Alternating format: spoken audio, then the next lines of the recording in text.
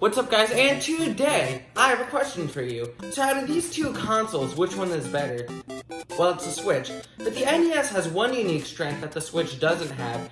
It's more efficient at storing bread.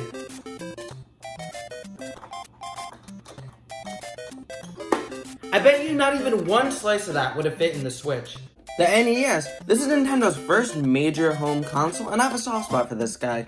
The NES is, like it or not, it's objectively one of the most important consoles in video game history. It single-handedly saved us from the video game crash in the US. I say in the US because, believe it or not, I think this is a misconception. The video game crash pretty much only happened in the US. Japan didn't get the NES, they got the Famicom, because they could sell a video game system in Japan. People would still buy it. But back in 1983, people had no interest in video games anymore. So in 1983, we had this video game crash, and to me, there's three main reasons for that. Number one, there were so many similar consoles to choose from with pretty similar games. Number two, there was a ton of objectively garbage games that were constantly getting pumped out to make a quick buck. And number three, there's too many big games that turned out to be really bad. For example, Pac-Man was a pretty famous arcade game, and when it was coming to Atari, people were excited. But the port wasn't handled with much care, and they just kind of wanted to barf it out onto the Atari 2600 because they knew it would make a lot of money. And it did. But people just started hating video games after that. Also, the most common, thing that people think caused it was E.T. And if you thought that original Mario and original Zelda on the NES had, amazing title screen intros, just wait till you listen to E.T.'s.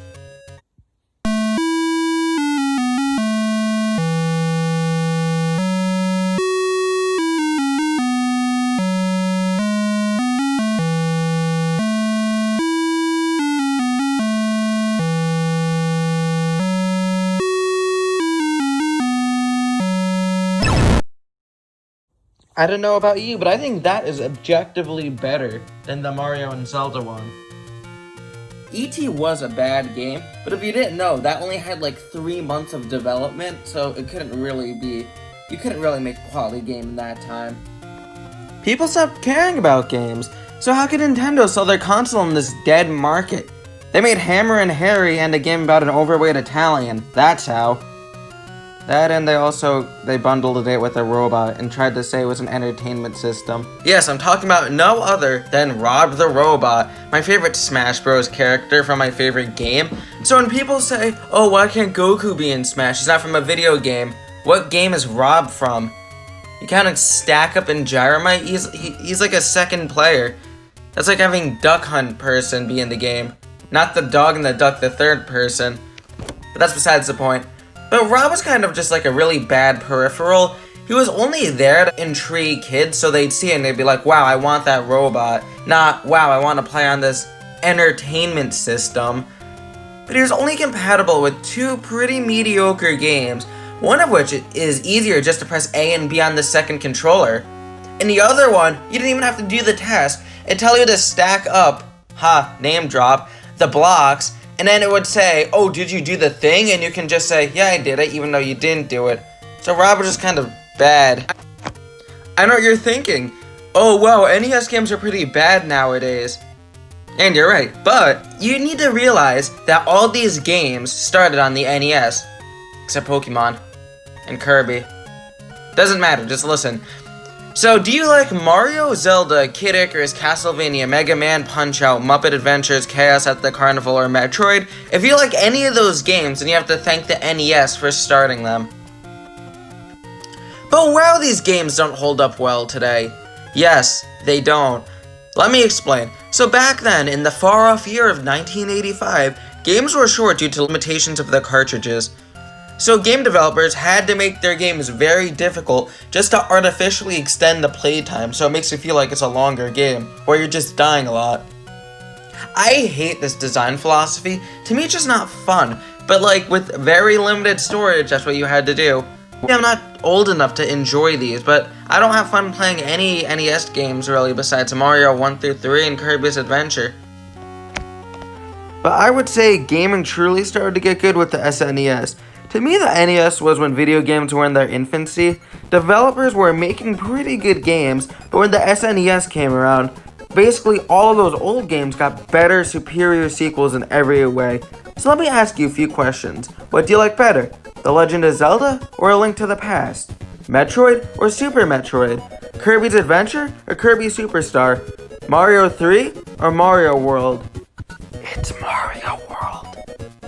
But despite how negative I may sound, I still have a lot of respect for the NES and what it did for gaming. It basically saved it.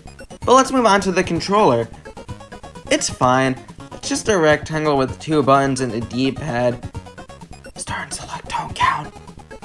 This D-pad was revolutionary at the time.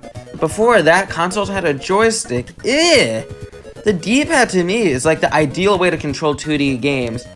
But if you like murder, do I have a controller for you? So this is the NES Zapper. It's a gun that can be used in 2 games. The main game it's used for is Duck Hunt. So if you want to feel the authentic homicide experience, you can kill some ducks. But if you're a vegan, you can do clay pigeons. So taking everything I said into account, is the NES still worth it today? God no. The NES suffers from something I like to call NES syndrome. It's where it started. They port NES games to basically everywhere. There's no reason to buy an NES to play them. For example, the Wii U also contracted this with the birth of the Switch.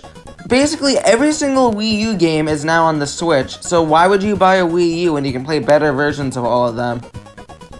But there are three major ways to play NES games without owning an NES. You can use emulation to play them, which is very easy. NES games are among the easiest games to emulate.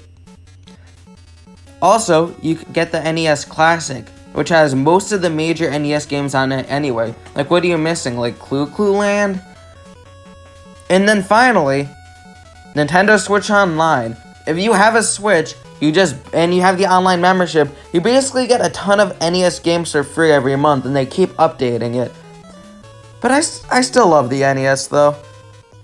Oh, I forgot to mention, you could use it. You could buy games on the Wii U Virtual Console, but I'm one of the 15 people in the world who own that. But that's about it for the NES. So is the NES still good?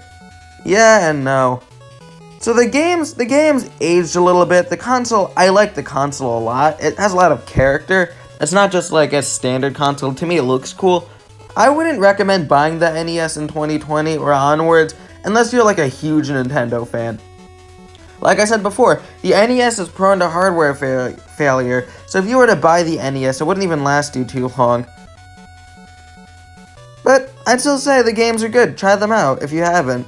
At the end of the day, the NES is just okay. To me, the games are alright, some of them are fun, but Nintendo keeps releasing them everywhere, so it's like very easy to play them, so it's not worth buying the NES. But I know some of you still hate everything about the NES, so let me ask you something real quick. What would you rather have, an NES or malaria? That's actually a pretty good bullet point for the back of the box.